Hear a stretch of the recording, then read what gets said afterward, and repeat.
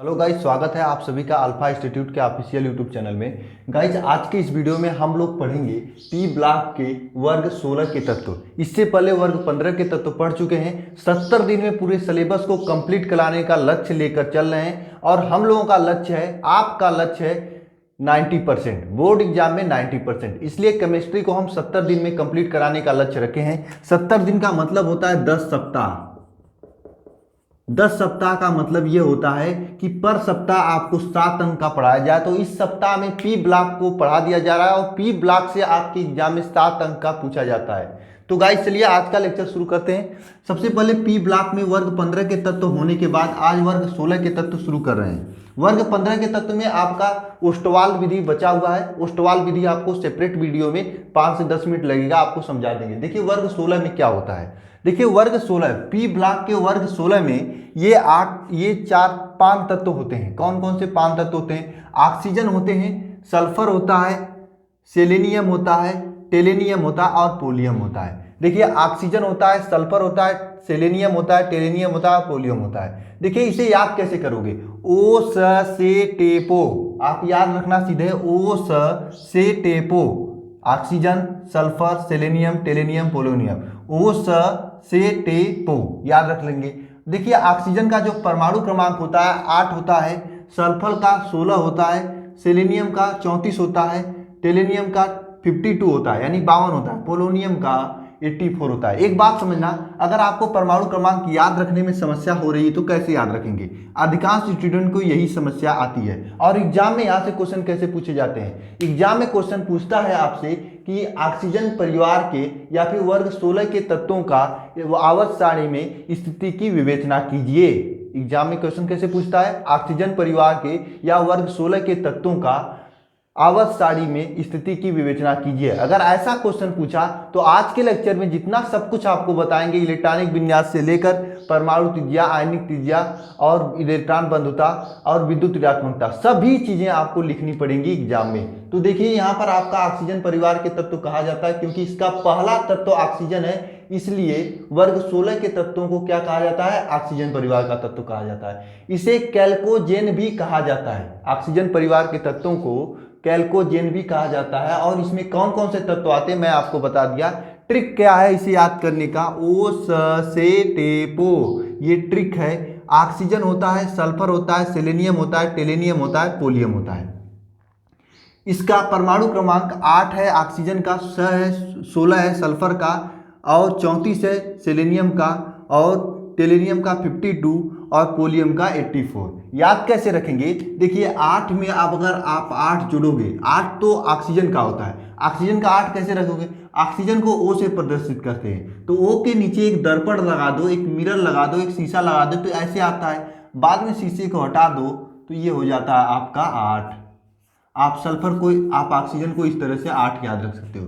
अगर एक बार 8 याद हो गया तो उसी में 8 जोड़ देना, 16 आ जाएगा सल्फर का और उसमें 18 जोड़ देना तो आ जाएगा 34 सेलेनियम का। और सेलेनियम में आप 18 जोड़ोगे फिर से एक बार तो टिल्यूनियम का आ जाएगा 52। एक बार 52 में आप फिर से जोड़ोगे कितना? 32 तो आपका आ जाएगा पोलोनियम का। तो यानी आपको जोड़ना है 8, 18, 18 और 32 तो आपका परमाणु क्रमांक आ जाएगा। अब हम इसकी इलेक्ट्रॉनिक विन्यास लिखेंगे, लेकिन इलेक्ट्रॉनिक विन्यास लिखने से पहले 2-3 चीजें जान लीजिए। ये जो पोलोनियम होता है इसे कहते हैं रेडियो एक्टिव। रेडियो एक्टिव, देखिए रेडियो एक्टिव का मतलब क्या होता है? जो अपने में से अल्फा बीटा गामा किरणें निकालती हैं। आप पोलोनियम को रख देंगे तो ये अपने में से अल्फा बीटा गामा किरण निकलती है और कुछ दिनों के बाद यह एकदम खत्म हो जाती है। आपको मैं एक इंटरेस्टिंग चीज बता देता हूं, अगर आप पोलोनियम को रखते हो तो यह 13.8 दिन में यह अपने मात्रा का आधी खत्म हो जाती है, अपने मात्रा का आधी खत्म हो जाती है। इसलिए पोलोनियम का अर्ध आयुकाल 13.8 कहा जाता है। कितना? पोलोनियम का अर्ध आयुकाल होता है 13.8। ठीक है, तो पोलोनियम एक रेडियो एक्टिव है। यह आपके एग्जाम में क्वेश्चन पूछ देता है कि निम्न में से कौन रेडियो एक्टिव है। तो आप लिखेंगे सल्फर, ऑक्सीजन, सल्फर, सेलेनियम और पोलोनियम ऑप्शन दे देगा तो आप यहां से बता देंगे कि पोलोनियम एक रेडियो एक्टिव है। अब हम लोग क्या करते हैं कि एक चीज बता देता हूं कि देखिए वायुमंडल में सबसे अधिक कौन सा तत्व पाया जाता है। तो मैं आपको बता दूं वायुमंडल में सबसे अधिक आपका ऑक्सीजन पाया जाता है। सबसे अधिक वायुमंडल में सबसे अधिक पृथ्वी पर जो पाया जाता है वह ऑक्सीजन पाया जाता है। देखिए दो चीजें हैं, पृथ्वी पर सबसे अधिक एक चीज होता है वायुमंडल में सबसे अधिक। देखिए पृथ्वी पर सबसे अधिक आपका ऑक्सीजन पाया जाता है और वायुमंडल में सबसे अधिक नाइट्रोजन पाया जाता है। दो चीजें हैं। अगर आपसे कोई पूछ दे कि पृथ्वी पर सर्वाधिक क्या पाया जाता है तो ऑक्सीजन पाया जाता है, भूपर्वती पर सर्वाधिक क्या पाया जाता है तो ऑक्सीजन पाया जाता है। लेकिन अगर आपसे कोई पूछे कि वायुमंडल में क्या सबसे अधिक पाया जाता है तो नाइट्रोजन पाया जाता है। वायुमंडल में ऑक्सीजन 20 पॉइंट कुछ परसेंट, मान लीजिए 21% पाया जाता है। ये होता है आपका ऑक्सीजन का शेयर। अब हम चलते हैं इसके इलेक्ट्रॉनिक विन्यास की तरफ। देखिए आपको हम पिछले क्लास में आपको जब वर्ग 15 का इलेक्ट्रॉनिक विन्यास लिख रहे थे तो आपको एक ट्रिक बताया था। उसी ट्रिक से यहाँ पर भी इलेक्ट्रॉनिक विन्यास लिखेंगे।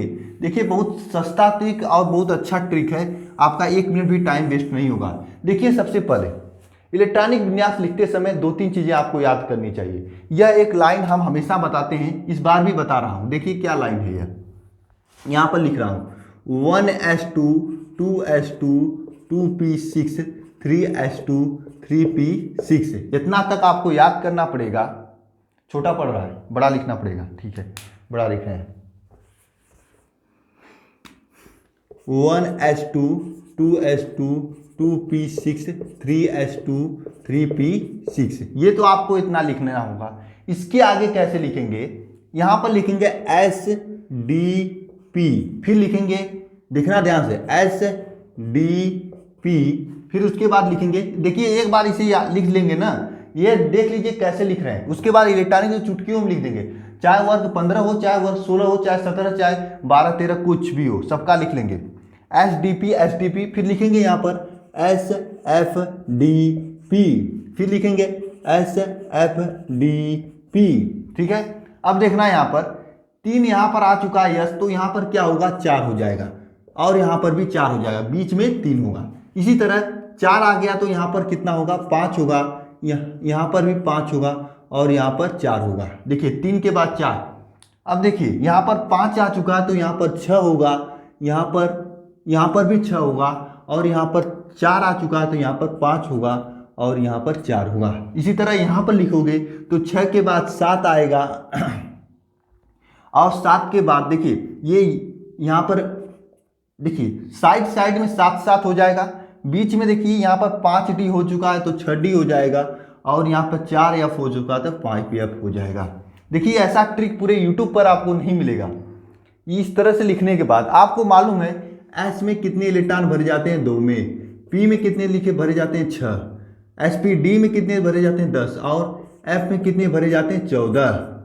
यहाँ पर भर दीजिए आप 2 10 6 2 10 6 2 14 10 6, इसी तरह से भर देंगे।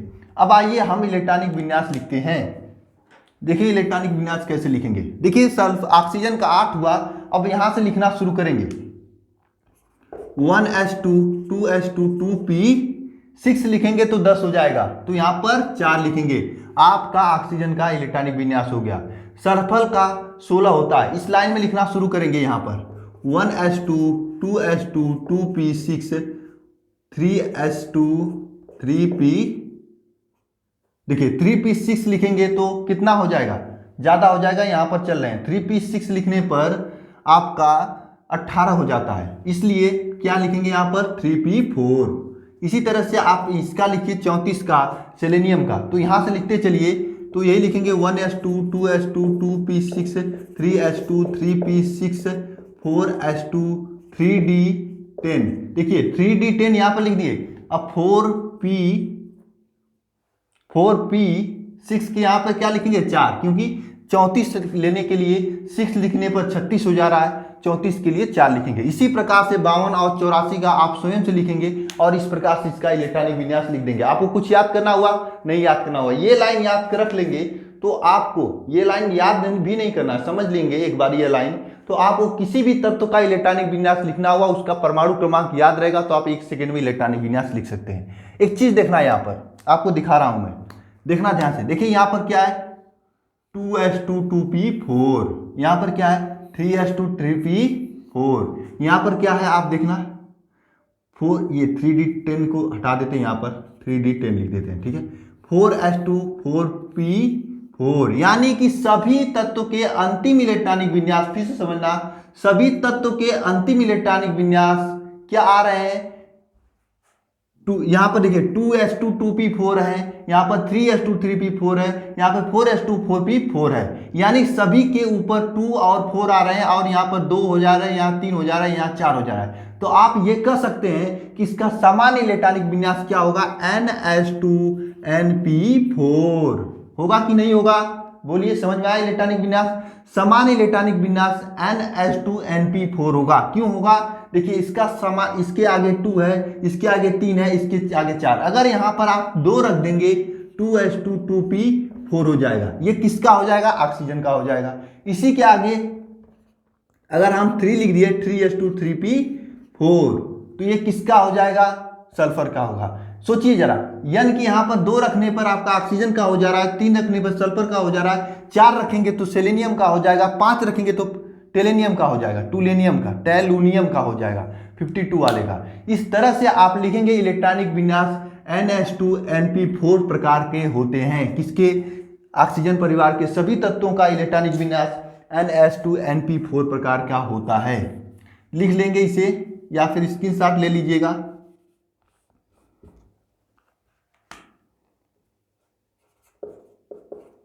ठीक है, इस प्रकार से होता है इसका इलेक्ट्रॉनिक विन्यास। इलेक्ट्रॉनिक विन्यास ऑक्सीजन परिवार के तत्वों में कितना होता है? ns2 np4 प्रकार का होता है। इसके बाद हम चलते हैं परमाणु त्रिज्या की तरफ। हेडिंग करिएगा परमाणु त्रिज्या, परमाणु त्रिज्या हेडिंग करिएगा, ठीक है। इसको हम रब कर लेते हैं। देखिए आप समझिएगा परमाणु त्रिज्या क्या होता है,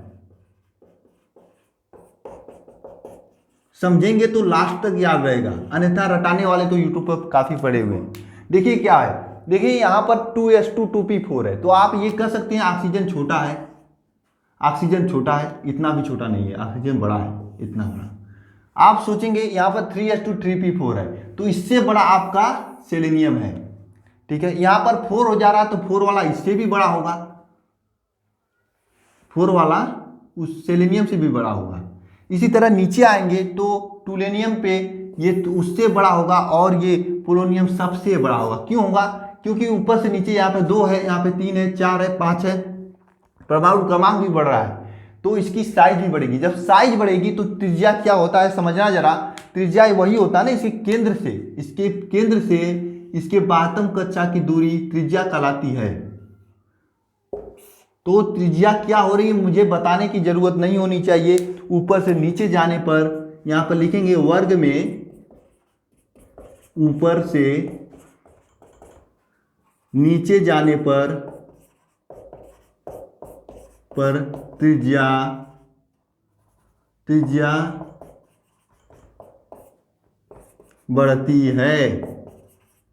बढ़ती है कि नहीं? कैसे बढ़ती है बताइए जरा।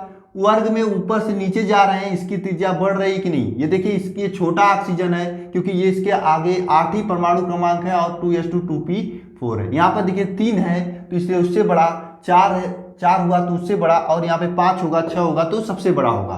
तो वर्ग में ऊपर से नीचे जाएंगे तो ये आप सीधे से समझ जा रहे हैं कि त्रिज्या इसकी बढ़ रही है।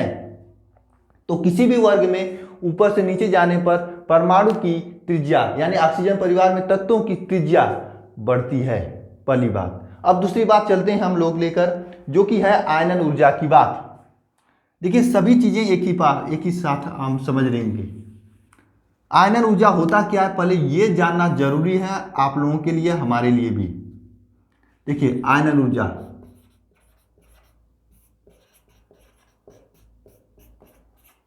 ऊर्जा, देखिए आयनन ऊर्जा होता क्या है आपको मालूम होना चाहिए।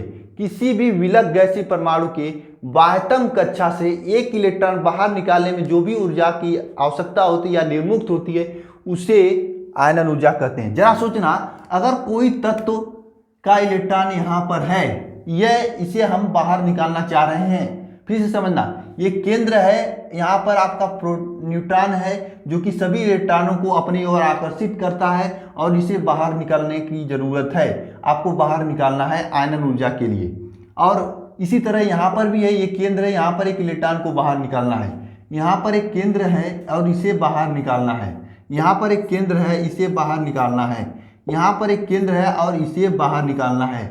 तो सोचना, जरा समझना, और मैं नहीं बताऊंगा, आप ही मुझे बताना कमेंट बॉक्स में लिखकर कि किसको निकालने में अधिक ऊर्जा की आवश्यकता होगी और किसे निकालने में कम ऊर्जा की आवश्यकता होगी।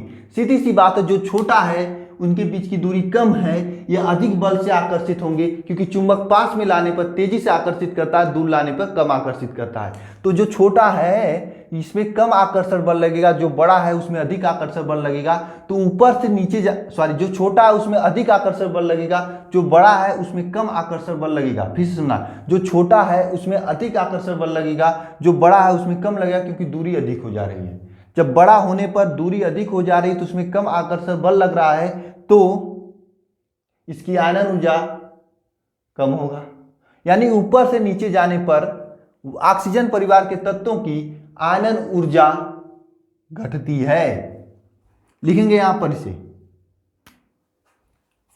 वर्ग में ऊपर से नीचे जाने पर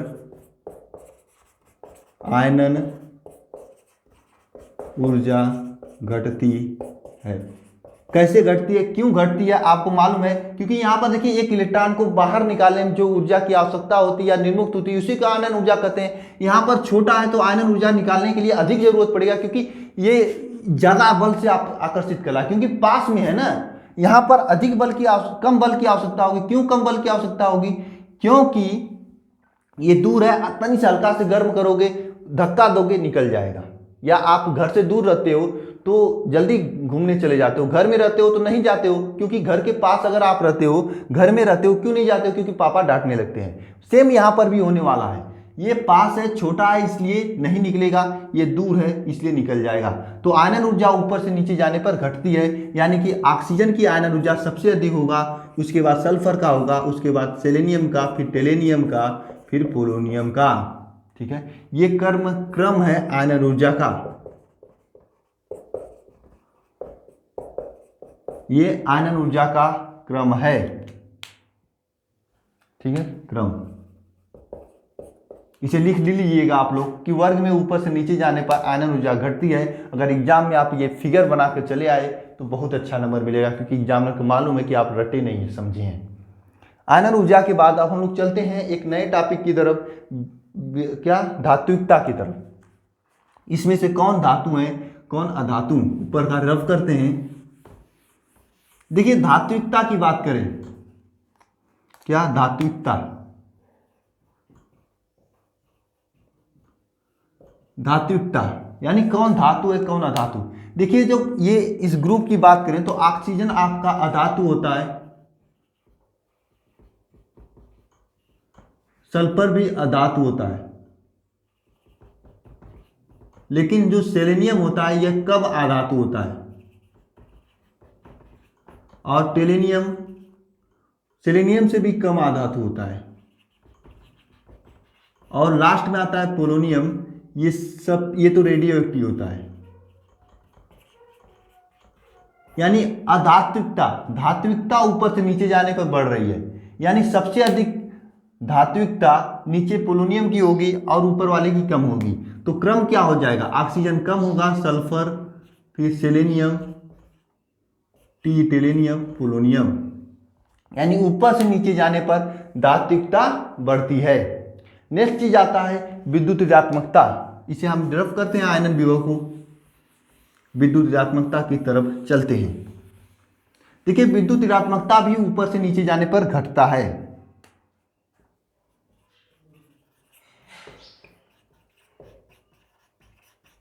देखिए विद्युत ऋणात्मकता वर्ग में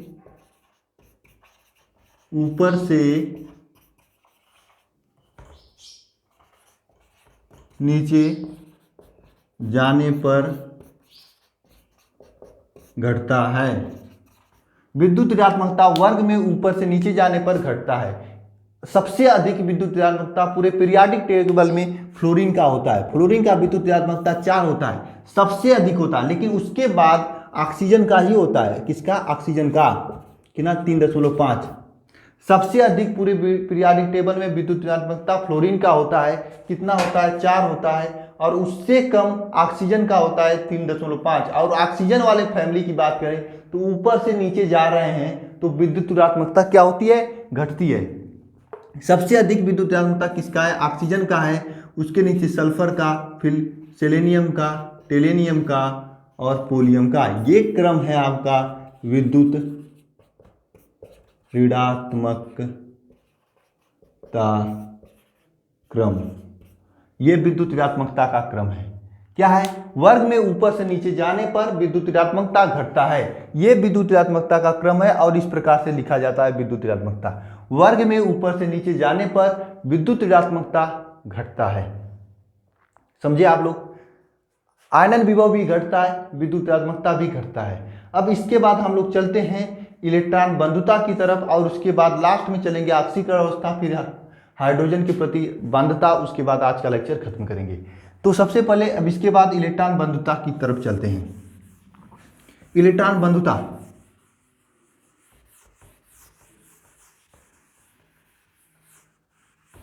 हेडिंग करिएगा इलेक्ट्रॉन बंधुता।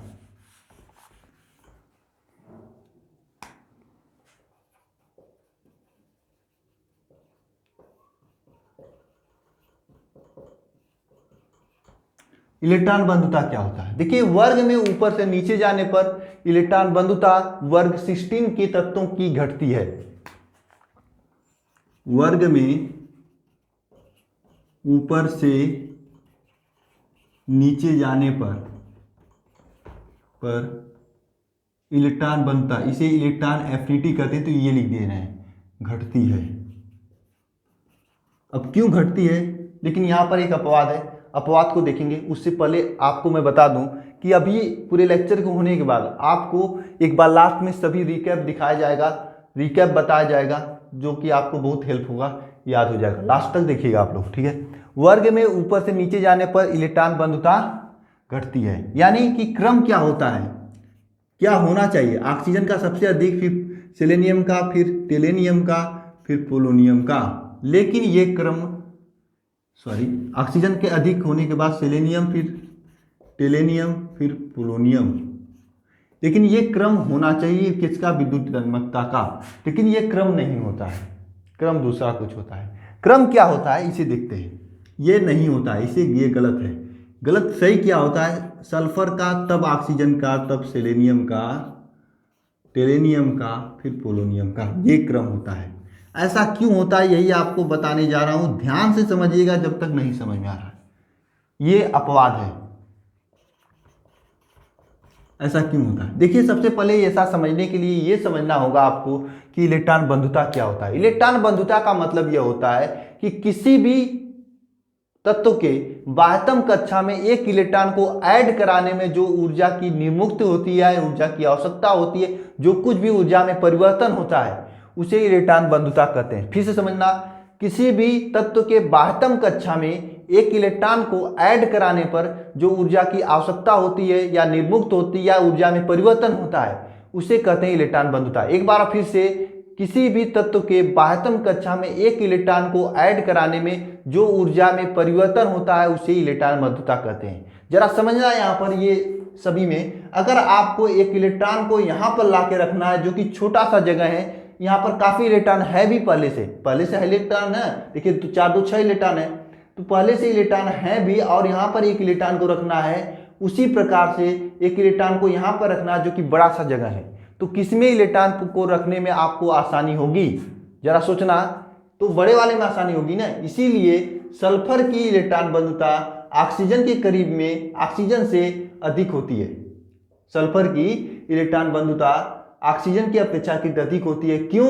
क्योंकि यहाँ पर थोड़ा आकार बड़ा होने के कारण इलेक्ट्रॉन को रखने में अधिक आसानी हो रही है, यहाँ पर आकार छोटा होने के कारण इलेक्ट्रॉन को रखने में कम आसानी हो रही है। इसी क्योंकि यहाँ पर इलेक्ट्रॉन की घनत्व अधिक है, यहाँ पर इलेक्ट्रॉन की घनत्व ऑक्सीजन की अपेक्षाकृत कम है। लेकिन आपके दिमाग में प्रश्न आता होगा कि सर ये तो और बड़ा है, इसका क्यों सल्फर से कम है? इसका वजह यह है कि यहाँ पर जो बीचे, चूंकि आप यहाँ पर इलेक्ट्रॉन रखोगे, समझना, यहाँ पर अगर इलेक्ट्रॉन को रखोगे एकदम हिंदी भाषा में, एकदम गांव की भाषा में समझना, देखना, यहाँ पर अगर इलेक्ट्रॉन रखोगे, यहाँ पे तो बीच में पॉजिटिव होता है प्रोटॉन, तो इस इलेक्ट्रॉन को इससे आकर्षण भी करना चाहिए ना, तभी तो इलेक्ट्रॉन पर रुकेगा, नहीं तो ये अगर मान लीजिए हिलेगा तो गिर जाएगा। यहाँ पर जगह ही नहीं बचा इलेक्ट्रॉन रखने का, लेकिन इस केस में है कि यहाँ पर जगह है, यहाँ पर इलेक्ट्रॉन भी रख दिए और इसे यह आकर्षित करके पकड़ भी लिया। लेकिन इस कंडीशन में क्या हो रहा है, इस कंडीशन में यह हो रहा है कि यहाँ पर इलेक्ट्रॉन को आप रखे, इसे यह आकर्षित कर ही नहीं पा रहा, क्योंकि यहाँ पर परमाणु त्रिज्या अधिक है, यहाँ पर परमाणु त्रिज्या कम है, इसलिए इसे रखने पर इसे यह आकर्षित करके रोक ले रहा है। लेकिन इसे यहाँ पर परमाणु त्रिज्या कम है, इसलिए यहाँ पर रखने पर इसे आकर्षित करके रोक नहीं पा रहा, इसलिए इसका सल्फर और ऑक्सीजन से सेलेनियम का कम होता है। वही कंडीशन यहाँ पर भी फॉलो होता है। मैं उम्मीद करता हूँ आपको ये समझ में आया होगा। वैसे तो सब लोग रटा देते हैं, मैं समझाने के एक बेहतरीन प्रयास किया हूँ। अगर समझ में आया तो वीडियो को लाइक करिएगा। नेक्स्ट चीज चलते हैं, ऑक्सीकरण अवस्था। हेडिंग करिएगा ऑक्सीकरण अवस्था। देखिए, वर्ग 16 के तत्वों की ऑक्सीकरण अवस्था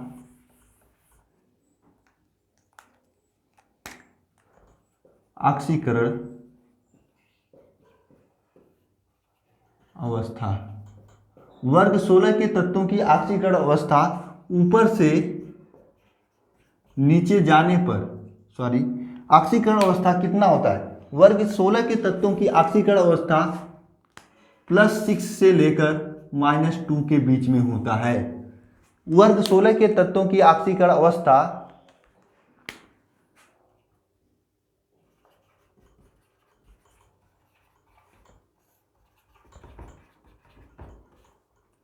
+6 से -2 के बीच में होता है।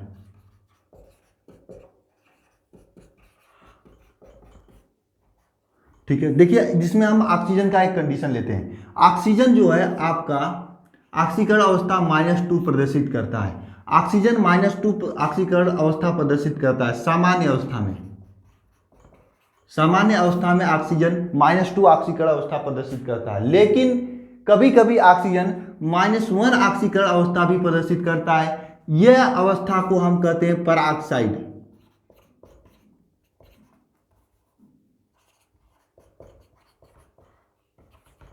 पराऑक्साइड का नाम लेते हैं, जैसे H2O2। यहाँ पर ऑक्सीजन की ऑक्सीकरण अवस्था -1 है। जब ऑक्सीजन अपना ऑक्सीकरण अवस्था -1 प्रदर्शित करने लगे तो उसे कहते हैं पराऑक्साइड। और इसके अलावा एक सुपर ऑक्साइड भी होता है, उसमें -1/2 प्रदर्शित करते हैं। ये सब चीज़ें नहीं बननी है, इतना समझिए कि ऑक्सीजन की सामान्य ऑक्सीकरण अवस्था -2 होती है और एक ऑक्सीकरण अवस्था -1 होता है जिसे पराऑक्साइड कहते हैं, और -1 इसे प्रदर्शित करते हैं। बोलिए ऑक्सीजन की ऑक्सीकरण अवस्था क्या होता है? तो ऑक्सीजन परिवार की ऑक्सीकरण अवस्था +6 से -2 के बीच में होता है, और जिसमें ऑक्सीजन की ऑक्सीकरण अवस्था हम समझते हैं। तो ऑक्सीकरण की ऑक्सीकरण अवस्था सामान्य ऑक्सीकरण अवस्था -2 होता है, और एक विशेष कंडीशन में कभी कभी -1 होता है जिसे पराऑक्साइड कहते हैं। आपके सामने एग्जाम्पल है हाइड्रोजन पराऑक्साइड H2O2 का। अब चलते हैं हाइड्रोजन की प्रतिक्रियाशीलता। हेडिंग करिएगा, आज का लास्ट हेडिंग है हाइड्रोजन की प्रतिक्रियाशीलता। इसके बाद कल ऑक्सीजन के बारे में पढ़ेंगे, ओजोन के बारे में पढ़ेंगे, और कल ही ये लेक्चर खत्म हो जाएगा पी ब्लॉक यानी 16 वर्ग। कल आपके बाद कल के अगले दिन 17 वर्ग और फिर 18, ये 3 पढ़ना है आपको, हो जाएगा। ठीक है, टेंशन मत लेना, 17 18 में ज़्यादा तक तो नहीं बचे हैं। यही सभी चीज़ें पढ़नी होती है हमेशा हमेशा। एक बार समझने की हेर फेर है, उसके बाद सभी तत्वों की समझ में आ जाएगी। हाइड्रोजन के प्रति क्रियाशीलता, देखिए, जो ये तत्व होते हैं ऑक्सीजन, सल्फर, सेलेनियम, टेलेनियम, पोलोनियम, यह ऑक्सीजन के साथ क्रिया करके इसके हाइड्राइड बनते हैं। जैसे ऑक्सीजन, ये ऑक्सीजन के साथ क्रिया करके H2O बनाता है, आपको आपको मालूम होगा बहुत ही खतरनाक और बहुत ही इम्पॉर्टेंट ये कंपाउंड है H2O। ये नहीं रहता तो कोई नहीं रहता है, जिसे आप कहते हैं जल। यहाँ पर ये क्या बनाता है, H2S बनाता है। ये क्या बनाता है, H2SC बनाता है। ये क्या बनाता है, H2T बनाता है। ये आपका H2PO बनाता है। ये होता है ऑक्सीजन के प्रति क्रियाशीलता। यानी कि ऑक्सीजन के प्रति क्रियाशीलता ऊपर से नीचे जाने पर बताइए क्या होगा, बढ़ेगा या घटेगा, ये आप कमेंट बॉक्स में करके मुझे बताइएगा। और ऑक्सीजन के प्रति क्रियाशीलता, ऑक्सीजन के प्रति इस प्रकार से क्रियाशील होते हैं, जिसमें देखिए अगर आप बात करें H2O का तो H2O में हाइड्रोजन बंद पाया जाता है, इसलिए H2O सामान्य अवस्था में जल यानी गैस की अवस्था में नहीं होता है। यह आपका सामान्य अवस्था में कैसा होता है, द्रव अवस्था में होता है, समान टेम्परेचर पर, समान डिग्री सेंटीग्रेड पर, यानी 25 से 30 डिग्री सेंटीग्रेड पर जल अवस्था में होता है, जबकि H2S आपकी गैस अवस्था में होता है। क्वेश्चन पूछा जाता है कि H2O जल क्यों रहता है और H2S गैस क्यों होता है, तो यही वजह है कि H2O में हाइड्रोजन बांड पाया जाता है और H2S में हाइड्रोजन बांड नहीं पाया जाता है, इसलिए समान अवस्था में, गैस की अवस्था में रहता है और यह द्रव की अवस्था में होता है। तो आज के लेक्चर में आप काफ़ी सारी चीज़ें सीखे हैं, जिसमें से एक चीज़ आपको मैं बता दूं, एक साथ समझ लीजिएगा। यहाँ पर 4 चीज़ों को देखिए। पहला चीज़ है परमाणु त्रिज्या। जो अभी तक लेक्चर को देख रहा होगा वो बहुत बड़ी चीज़ समझेगा, एक ही साथ समझ लेना। आयनन विभव और विद्युत ऋणात्मकता,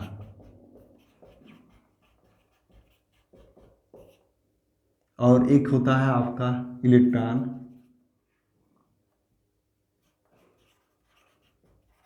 बंधुता।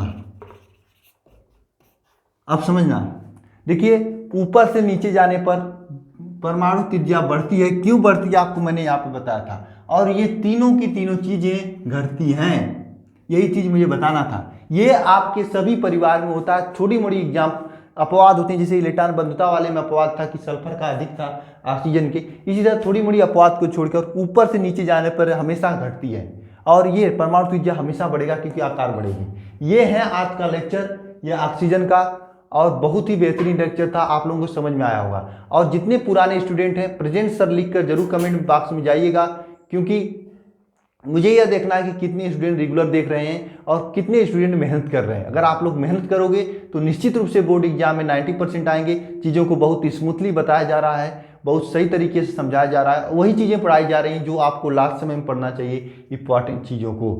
तो गाइस आज के वीडियो में बस इतना ही, मिलते हैं नेक्स्ट वीडियो में। वीडियो देखने के लिए धन्यवाद।